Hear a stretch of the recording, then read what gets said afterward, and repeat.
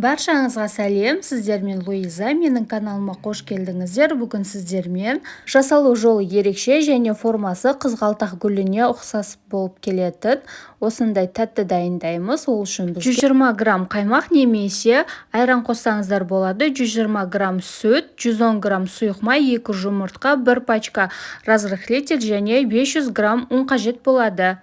Ең алдымен құрғақ ыдысымызға сұйық заттарымыздың бәрін салып аламыз. 120 грамм айранымызды саламыз, одан соң 110 грамм сұйық майды, одан соң 120 грамм сүтімізді қосып, барлығын бір жақсылап араластырып алып, 1 ас қасық шекер қосамыз, одан соң жарты ас қасық тұз қосамыз. Барлығын жақсылап араластырғаннан соң жұмыртқамызды да бөліп жарып қосып аламыз. Мен бір жұмыртқаның сарысын бетін жағуға алып қалдым. Сіздер де осылай алып қалсаңыздар болады, немесе екеуін де қоса салуға да болады. Барлығын жақсылап араластырып, енді аз-аздан ұнымызды қосып, қамыр илейтін боламыз. Ұнды бірден барлығын қоспаймыз, аз-аздап екіге бөліп қосып аламыз да 1 пачка разрыхлителіміздің бәрін салып, жұмсақ қамыр илейміз. Қамырды илеп болғаннан соң 10-15 минутқа тындырып қойып қоямыз.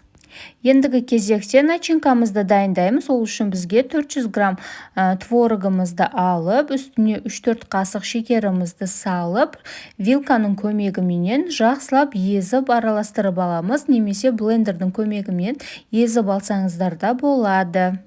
Начинкамыз дайын. Енді тынған қамырымызды алып, осылай қолымыздың көмегімен домалатып аламыз да кішкентай бөліктерге бөліп шығамыз.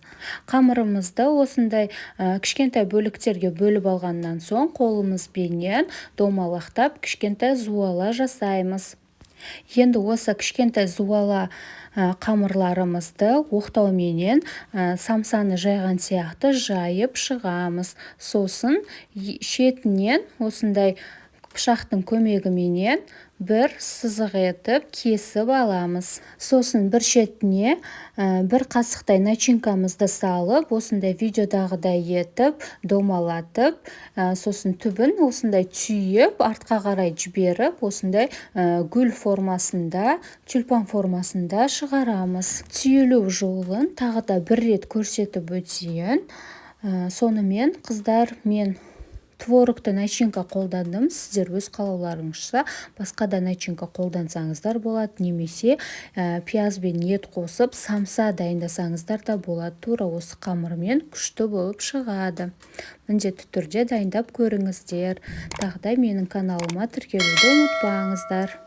Ендігі кезекте печеньяларымызды аламыз да жұмыртқаның сарысын осындай щетканың көмегімен жағып шығамыз. Одан соң күнжіттің үстіне бір рет аунатып аламыз. Сонда күнжіттер жабысып әдемі болып шығады. Барлық печеньяларымызбен осылай жасаймыз.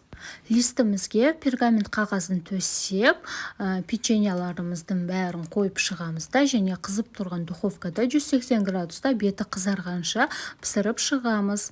Міне осымен біздің печеньямыз дайын болды, өте дәмді болып шықты, және дастарханға қойғанға да өте әдемі көрінеді. Сіздер де міндетті түрде осы рецептпен дайындап көріңіздер, және де менің каналыма тіркелмеген болсаңыздар тіркеліп, лайк басып, комментарий жазып қалдырыңыздар. Сіздермен болған Луиза. Келесі видеоларда кездескенше сау болыңыздар.